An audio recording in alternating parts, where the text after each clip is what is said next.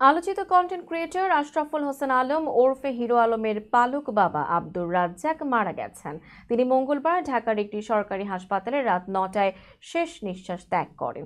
এ সময় হিরো আলম তার স্ত্রীকে পাশে পাননি, তাই ফেসবুকে স্ত্রী রিয়া মনিকে বয়কটের ঘোষণা দিয়েছেন তিনি।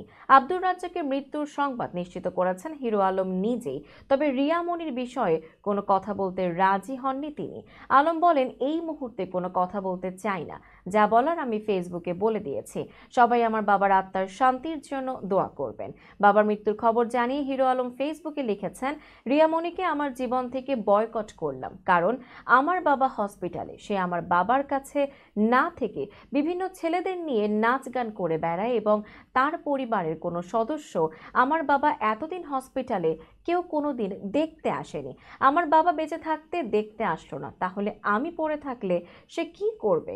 হিরো আলম আরও উল্লেখ করেন, রিয়ামণি মায়ামণি ঢাকা শহরে বিভিন্ন বারের ডান্সার। সেখান থেকে আমি একটা ভালো পথে আনার চেষ্টা করেছিলাম। ছেড়ে দেয়া গরু কোনোদিন ঘরে বন্দি করে রাখা যায়?